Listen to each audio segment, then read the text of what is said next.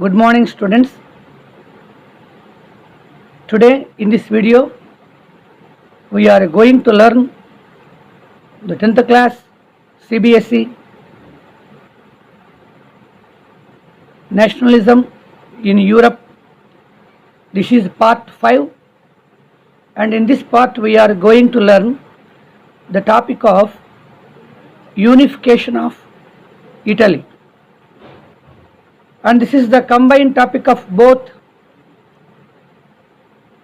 CBSE 10th class and 9th class, and even the 9th class state syllabus also, Andhra Pradesh state syllabus also. This video is useful for them, and in this video we are going to learn about unification of Italy. Italy, we know it is located in the southern part of European continent, and it is a peninsula which comprised Adriatic Sea and Mediterranean Sea on three sides, and on the north side Switzerland and some other countries of European continent. And in this unification of Italy, we are going to learn who were the important persons involved in this unification of Italy. Unification of Italy was achieved by 5 famous members. One was Joseph Mazzini, number 2 is Count Camillo Cavour, the third one Garibaldi, and the fourth one Victor Emmanuel II, the King of Italy, and the fifth one Charles Albert, the King of Sardinia. And in the beginning, Italy was a group of more than 112 kingdoms, and some kingdoms just as in the size of a state, some kingdoms very small, some kingdoms medium size. So though different kingdoms were there in the Italy, lack of unity and lack of political cooperation, lack of language unity, all these are reasons. So because of these reasons, it was difficult for the Italian politicians to unite Italy. The main aim of Italian kingdom leaders was to remove all the differentiations, all the borders among the Italian kingdoms, and to make all these small kingdoms in Italy and make it as a grand country. So by removing of all the borders and make it as the grand country, this was to be called as unification of Italy.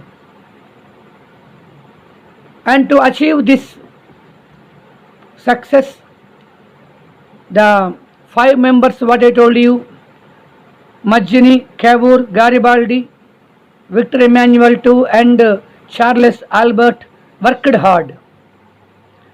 If we see in the beginning of the unification of Italy, what were the trials done by the people?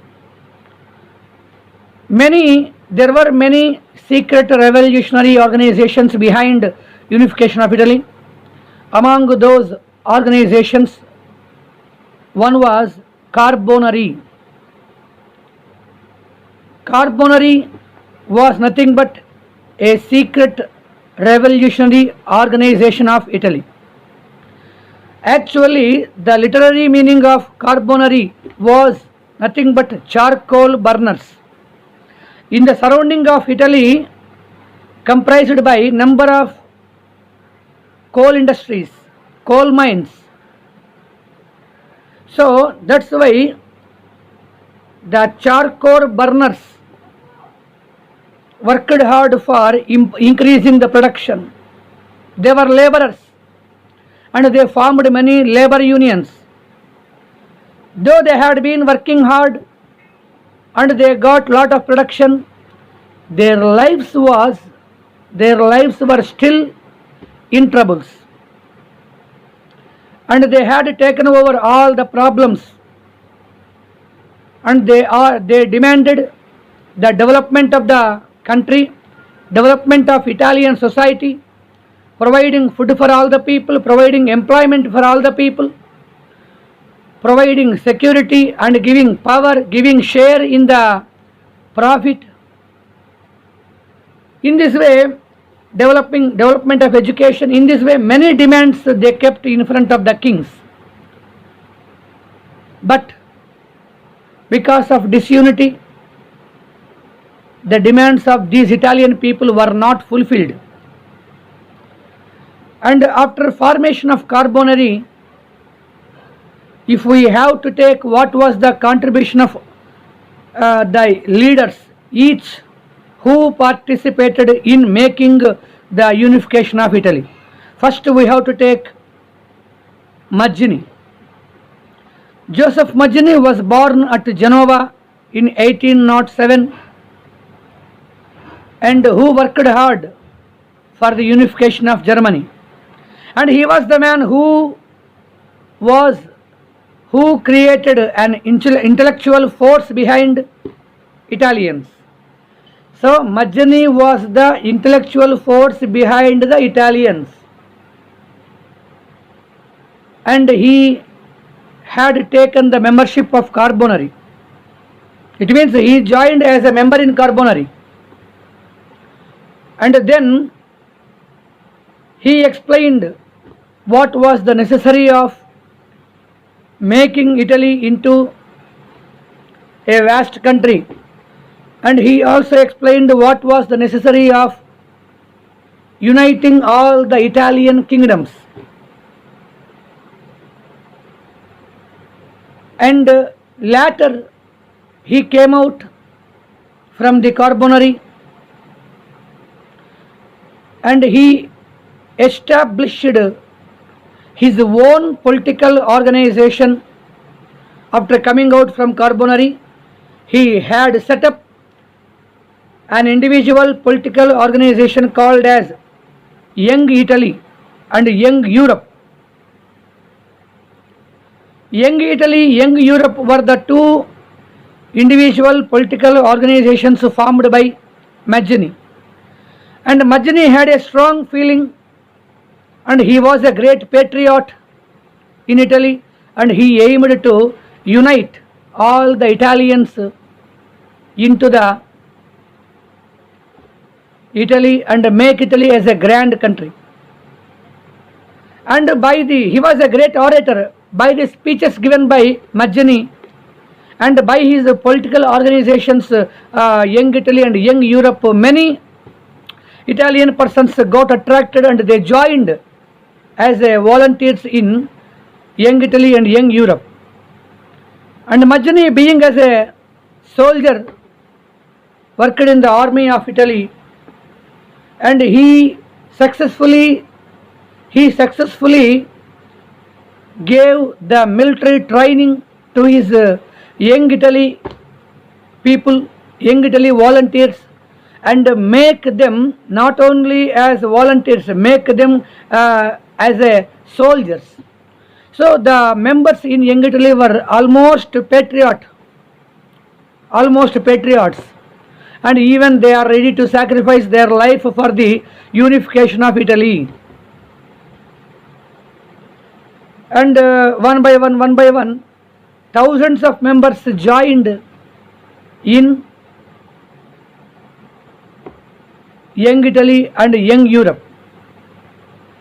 In this Young Europe, Mazzini ordered the youth people of Italy who wanted to join in Young Italy should not be exceed the age of 40. It means his aim is to serve the country and to make the unification of Italy. We require the young Italians, but not the old persons. That's why he gave the entry of Italian youth people into the Young Italy and Young Europe only below 40 years people, because his aim is to make the Young Italy members and Young Europe members as heavy patriots towards the country Italy. So this was the contribution of Joseph Mazzini, and Joseph Mazzini developed severe patriotism in the mind of Italian people, a feeling of my country, my people.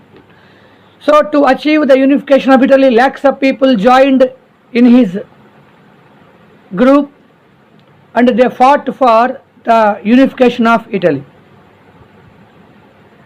Then as a second contributor we have to see, he was Count Camillo Cavour. Cavour was born in 1810 in a noble family in the state of Italy, Piedmont. We know already Piedmont, Sardinia were the collective kingdoms, and Cavour was born by the rich persons. He was a landlord, and he had entered in the Italian politics in 1851, and he became the PM of Piedmont in 1852. Cavour, actually, we see the contributions of each leader among the five what we told you in the previous discussion. Among the five members, Mazzini, Cavour, Garibaldi, Victor Emmanuel, and the fifth person, Charles Albert, nearly more than 80% of the unification of Italy was done by Cavour. Cavour established a newspaper. He edited a newspaper called Risorgimento. Through Risorgimento, he used to express his nationalist ideas. He used to give number of political tips through his newspaper Risorgimento to the Italian people. He gave many pieces of ideas how to make Italy as a vast empire by removing all the internal borders. He wanted to amalgamate all the small kingdoms of Italy and make it as a grand country. And through Risorgimento, he indirectly met thousands of Italian educated people, and he inspired thousands of Italians. That's why many Italians became the volunteers of Cavour. That's why it was possible that he was elected as the PM of the small kingdom which is in the north side of Italy called Piedmont. After immediately he became the PM of Piedmont. Then in the first stage of unification of Italy, Cavour attacked on Lombardy, and in the second stage he amalgamated the three kingdoms, Parma, Modena, Tuscany, by conducting a plebiscite, nothing but direct vote. By conducting plebiscite, he amalgamated the three kingdoms into Italy. And in the third stage, one more contributor, what I told you, Garibaldi, he amalgamated the kingdom Sicily into Italy. So in this way, the second contributor Cavour participated in the unification of Italy, and actually unification of Italy was finished in 5 stages. But in the 5 stages, in the first stage and in the second stage, fourth stage, maximum role of unification of Italy was played by Cavour. That's why we told you more than 75% of the unification of Italy was completed by Cavour. And in our next video, we are going to learn the remaining contributors of unification of Italy. Thank you for watching.